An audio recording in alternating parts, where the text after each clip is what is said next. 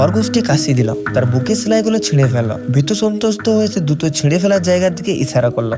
জানতো যদি মেশিনটি এটি শনাক্ত করে তাহলে তাকে নির্দয়ভাবে আবর্জনা স্তূপে ফেলে দেওয়া হবে। খরগোশটি ফাটল ভেদ করে পালিয়ে যাওয়ার চেষ্টা করলো।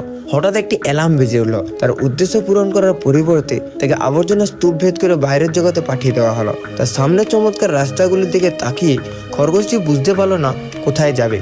সে একা একা ঘুরে বেড়াতে লাগলো। সে একটি সেলাইয়ের দোকানে সে দ্রুত ভিতরে চলে যায়। দোকানদার তার জন্য করুণাবোধ করে, তাকে একটি টাইট ফিটিং চামড়ার জ্যাকেট বানিয়ে দিল। কিন্তু খরগোশ যখন কাশি দিল তখন জ্যাকেটটি পিছনে মাটিতে পড়ে গেল। দোকানদার তাকে হাসপাতালে যেতে বললো, কিন্তু ডাক্তার তাকে ব্যান্ড এইড দিয়ে ব্যান্ড এইড বেঁধে দিল। হঠাৎ খরগোশটি আবার কাশি দিয়ে শুরু করলো এবং ব্যান্ড এইডটি আবার পড়ে গেল। ডাক্তার তাকে ঘড়ির দোকানে চেষ্টা করতে বললো, কিন্তু খরগোশটি বেরিয়ে আসার সাথে সাথে কাশি কোকিলটি চমকে দিয়ে দোকান থেকে বেরিয়ে গেল।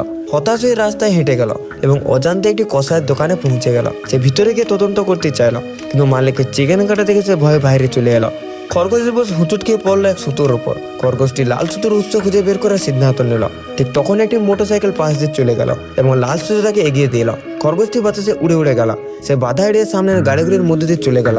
অবশেষে লাল সুতোর উৎস খুঁজে পেল এবং একজন মালিক তার সামনে উপস্থিত হলো। সেই মালিক থেকে কোলে তুলে একটি বিলাসবহুল খেলনার দোকানে নিয়ে গেল, কারণ সেখানে তার কাছে থেকে সেরে ওঠা সম্ভব ছিল।